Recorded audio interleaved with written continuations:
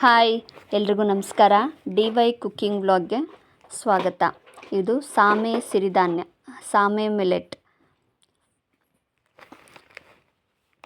ಆರೋಗ್ಯಕ್ಕೆ ಅತ್ಯಂತ ಪ್ರಯೋಜನಕಾರಿಯಾದ ಸಿರಿಧಾನ್ಯವಾಗಿದೆ. ಇದರಲ್ಲಿ ಪೋಷಕಾಂಶಗಳು ಹೆಚ್ಚಾಗಿರೋದ್ರಿಂದ ನೀವು ಡೈಲಿ ಏನೇನು ತಿಂಡಿ ಮಾಡ್ಕೋತಿರೋ ಎಲ್ಲದನ್ನು ಇದರಲ್ಲಿ ಮಾಡ್ಬೋದು. ದೋಸೆ, ಇಡ್ಲಿ, ಈ ಥರ ಕಿಚಡಿ ಏನಾದರೂ ಮಾಡ್ಕೊಂಡು ಆರಾಮಾಗಿ ತಿನ್ಬೋದು. ಅನೇಕ ಆರೋಗ್ಯ ಸಮಸ್ಯೆಗಳಿಗೆ ರಾಮಬಾಣ ಅಂತ ಹೇಳ್ಬೋದು. ನೋಡಿ, ಸಾಮೆ ಮಿಲೆಟ್ಟು ನೋಡಲಿಕ್ಕೆ ಈ ರೀತಿ ಇರುತ್ತೆ. ಇದು ಪಾಲಿಶ್ ಲೆಸ್, ಇದು ಪಾಲಿಶ್ ಆಗಿಲ್ಲ, ಪಾಲಿಶ್ ಲೆಸ್ನೇ ನಾನು ತೊಗೊಂಡಿದ್ದೀನಿ. ಸಾಮೆ ಸಿರಿಧಾನ್ಯದಲ್ಲಿ ಫೈಬರ್ ಇರೋದ್ರಿಂದ ನಿಧಾನವಾಗಿ ಜೀರ್ಣ ಆಗುತ್ತೆ. ಕಾರ್ಬೋಹೈಡ್ರೇಟ್ಗಳು ತೂಕ ನಿಯಂತ್ರಣ ಮಾಡುತ್ತೆ. ನಾನಿಲ್ಲಿ 1 ಲೋಟ ಆಗೋಷ್ಟು ಸಾಮೆ ಅಕ್ಕಿಯನ್ನು ತೊಗೊಂಡಿದ್ದೀನಿ. ಇದನ್ನು 1ರಿಂದ 2 ಬಾರಿ ನೀರು ಹಾಕಿ ಚೆನ್ನಾಗಿ ತೊಳೆದು ಬಸ್ತಿಟ್ಕೊಳ್ಳಿ. ಕೈಗೆ ಸಿಗಲ್ಲ ಬಸಿಯೋದಕ್ಕೆ, ಟೀ ಸೋಸೋ ಸ್ಟ್ರೈನರಲ್ಲಿ ಬಸ್ದು ಇಟ್ಕೊಳ್ಳಿ. ನೋಡಿ, ಈ ಥರ 1ರಿಂದ 2 ಸತಿ ಚೆನ್ನಾಗಿ ತೊಳ್ಕೊಳ್ಳಿ. ತುಂಬ ಕಾರ್ಬೋಹೈಡ್ರೇಟ್ ಇರುತ್ತೆ ಅಂತಲೂ ಹೇಳಲ್ಲ, ಯಾಕಂದರೆ ಅಕ್ಕಿಲಿ, ಗೋಧಿನಲ್ಲಿ ಹೆಚ್ಚಾಗಿ ಕಾರ್ಬೋಹೈಡ್ರೇಟ್ ಇರೋದ್ರಿಂದ ಇದರಲ್ಲಿ ಆ ರೀತಿ ಇರೋದಿಲ್ಲ. ಒಬ್ಬ ಮನುಷ್ಯನಿಗೆ ಕಾರ್ಬೋಹೈಡ್ರೇಟ್ ಎಷ್ಟು ಬೇಕೋ ಅಷ್ಟು ಮಾತ್ರ ಇದರಲ್ಲಿರುತ್ತೆ.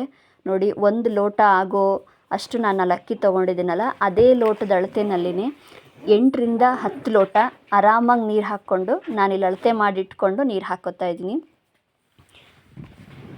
ಅಳತೆ ಮಾಡಿಟ್ಕೊಂಡು ನೀರು ಹಾಕಿ ರಾತ್ರಿಯೇ ನೆನೆಸಿಟ್ಕೋತಾ ಇದ್ದೀನಿ. ಮಿನಿಮಮ್ 8 ಅವರ್ಸು ನೆನೆಯಲೇಬೇಕು. ರಾತ್ರಿ ನೆನೆಸಿಟ್ಟು ಬೆಳಗ್ಗೆ ಗಂಜಿ ಮಾಡ್ಕೋಬೋದು. ಇಲ್ಲ ಅಂದರೂ 4 ಅವರ್ಸ್ ಆದರೂ ನೆನೆಸಿ ಗಂಜಿ ಮಾಡ್ಕೊಳ್ಳಿ. ಈಗ ಬೆಳಗ್ಗೆ ಗ್ಯಾಸ್ ಆನ್ ಮಾಡಿಕೊಂಡು ನಾನು ಪಾತ್ರೆ ಇಟ್ಕೋತಾ ಇದ್ದೀನಿ. ನೀವು ಆರಾಮಾಗಿ ಅದ್ರ ಪಾಡಿಗೆ ಅದು ಮಾಡೋದಕ್ಕೆ ಬಿಟ್ಟು ನೀವು ಬೇರೆ ಕೆಲಸಗಳನ್ನು ಮಾಡ್ಕೋಬೋದು. ಮಧುಮೇಹಿಗಳಿಗೆ, ಶುಗರ್ ಇದ್ದವ್ರಿಗೆ ಇದು ಅತ್ಯಂತ ಸೂಕ್ತವಾದ ಆಹಾರವಾಗಿದೆ. ಬ್ಲಡ್ ಶುಗರ್ ಸ್ಥಿರವಾಗಿಡಲು ಸಹಾಯ ಮಾಡುತ್ತೆ. ನಾರಿನಂಶ ಇರೋದ್ರಿಂದ ಮಲಬದ್ಧತೆ ಸಮಸ್ಯೆ ಇರೋರಿಗೂ ಸತ ಸಾಮೆ ಮಿಲೆಟ್ಟು ತುಂಬ ಒಳ್ಳೆಯದು. ಈ ಥರ 5ರಿಂದ 10 ನಿಮಿಷ ಚೆನ್ನಾಗಿ ಕುದಿಯೋದಕ್ಕೆ ಬಿಟ್ಬಿಡಿ.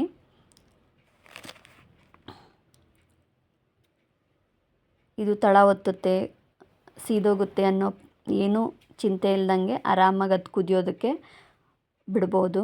ನಾರಿನಂಶ ಇರೋದ್ರಿಂದ ಮಲಬದ್ಧತೆ ಸಮಸ್ಯೆ ಇದ್ದವ್ರಿಗೆ, ಕಾನ್ಸ್ಟಿಪೇಷನ್ ಇದ್ದವ್ರಿಗೆ ತುಂಬ ಒಳ್ಳೆಯದು. ಸಾಮೆ ಸಿರಿಧಾನ್ಯದಲ್ಲಿ ಕಬ್ಬಿಣಾಂಶ ಸಮೃದ್ಧವಾಗಿರುತ್ತೆ. ಬ್ಲಡ್ ಕಡಿಮೆ ಇರೋರಿಗೇನು ಸಾಮೆ ಸಿರಿಧಾನ್ಯ ಒಳ್ಳೆಯದು. ದೇಹದಲ್ಲಿನ ರಕ್ತ ಪ್ರಮಾಣವನ್ನು ಹೆಚ್ಚಿಸಲು ಸಹಾಯ ಮಾಡುತ್ತೆ.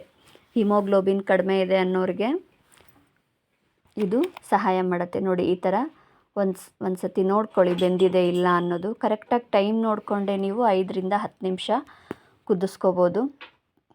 ನೋಡಿ, ಈ ಥರ ಚೆನ್ನಾಗಿ ಕುದ್ದ ನಂತರ ಅಲರ್ಜಿ ಇರೋರಂತೂ ಸಾಮೆ ಮಿಲೆಟ್ನ ಧೈರ್ಯವಾಗಿ ತಿನ್ಬೋದು ಅಂತ ಹೇಳ್ತಾರೆ. ಸಿರಿಧಾನ್ಯ ಮನುಷ್ಯನಿಗೆ ಏನೇನು ಆರೋಗ್ಯ ಪ್ರಯೋಜನಗಳು ಬೇಕೋ ಎಲ್ಲದನ್ನು ನೀಡ್ತಾ ಬಂದಿದೆ. ದೇಹದಲ್ಲಿರುವ ವಿಷಕಾರಿ ಅಂಶಗಳನ್ನು ಹೊರಹಾಕಲು ಸಾಮೆ ಮಿಲೆಟ್ ತುಂಬಾ ಹೆಲ್ಪ್ ಮಾಡುತ್ತೆ.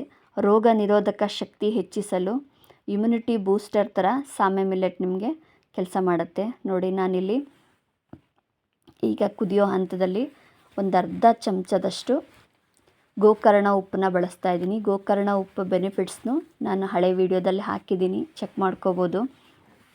ಗೋಕರ್ಣ ಉಪ್ಪು ನೀವು ನಾರ್ಮಲಾಗಿ ಹೇಗೆ ಬಿಳಿ ಉಪ್ಪನ್ನು ಹಾಕಿ ನೀವು ಅಡುಗೆ ಮಾಡ್ತೀರೋ ಅದೇ ರೀತಿಯೇ ಈ ಉಪ್ಪನ್ನು ಹಾಕಿ ಅಡುಗೆ ಮಾಡ್ಕೋಬೋದು. ನೋಡಿ, ಗಂಜಿ ಆಗಿದೆ, ಈಗ ಅಂಬಲಿ ಆಗಿದೆ. ಈಗ ಗ್ಯಾಸ್ ಆಫ್ ಮಾಡಿಕೊಂಡು ತಣ್ಣಗಾದ ನಂತರ ನಾನಿಲ್ಲಿ ಸರ್ವ್ ಮಾಡ್ಕೋತಾ ಇದ್ದೀನಿ. ಬಿಸಿ ಇದ್ದಾಗಲೇ ಸರ್ವ್ ಮಾಡ್ಕೋತಿಲ್ಲ. ನೀವು ದೋಸೆ, ಇಡ್ಲಿ, ಅದನ್ನೆಲ್ಲ ಮಾಡ್ಕೊಂಡಾಗ ಬಿಸಿ ಬಿಸಿದನ್ನೇ ತಿನ್ಬೋದು. ಅಂಬಲಿ ಮಾತ್ರ ಸ್ವಲ್ಪ ತಣ್ಣಗಾದ್ಮೇಲೆ ತಿಂದರೆ ಬೆನಿಫಿಟ್ಸ್ ಜಾಸ್ತಿ. ನೋಡಿ, ನಾನು 8ರಿಂದ 10 ಲೋಟ ನೀರು ಹಾಕಿ ಗಂಜಿ ಅಂಬಲಿ ಮಾಡಿಕೊಂಡ್ರು. ಅಂಬಲಿ ಕನ್ಸಿಸ್ಟೆನ್ಸಿ ಹೇಗಿದೆ ಅಂತ. ಇದೇ ಥರ ಮೋರ್ ವಿಡಿಯೋಗಳಿಗಾಗಿ DY ಕುಕ್ಕಿಂಗ್ ಬ್ಲಾಗ್ನ ಸಬ್ಸ್ಕ್ರೈಬ್ ಮಾಡ್ಕೊಳ್ಳಿ. ಮೊಸರು ಹಾಕ್ಕೊಂಡು ಸತನೂ ತಿನ್ಬೋದು. ರುಚಿಯಾದ ಸಿರಿಧಾನ್ಯದ ಮಿಲೆಟ್, ಸಾಮೆ ಮಿಲೆಟ್ನ ಅಂಬಲಿ.